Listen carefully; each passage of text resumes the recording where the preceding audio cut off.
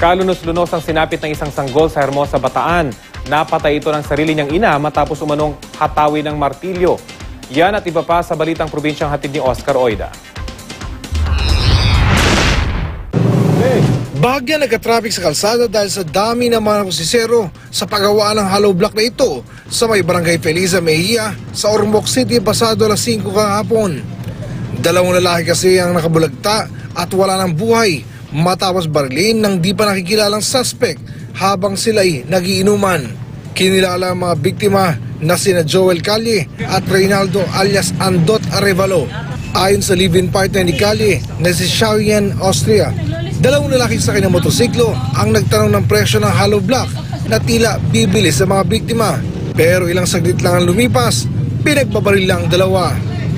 Mabilis na tumakas ang mga suspect sa kanyang motorsiklo.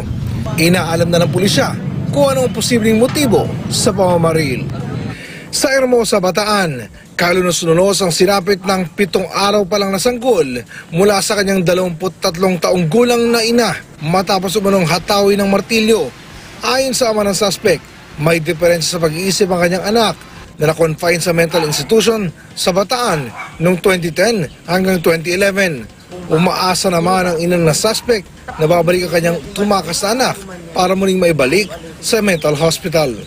Patay ang 56 na taong gulang na si John Paul Estelier matapos barilin sa Maharlika Highway sa Cabaratuan City, Nueva Ecija. Kagagaling lang daw ng biktima sa hearing ng kanyang kasong murder nang tambangan siya ng suspect na sakay ng motorsiklo. Bukod sa kinakaharap na kaso, wala na raw iba pang kaaway ang biktima.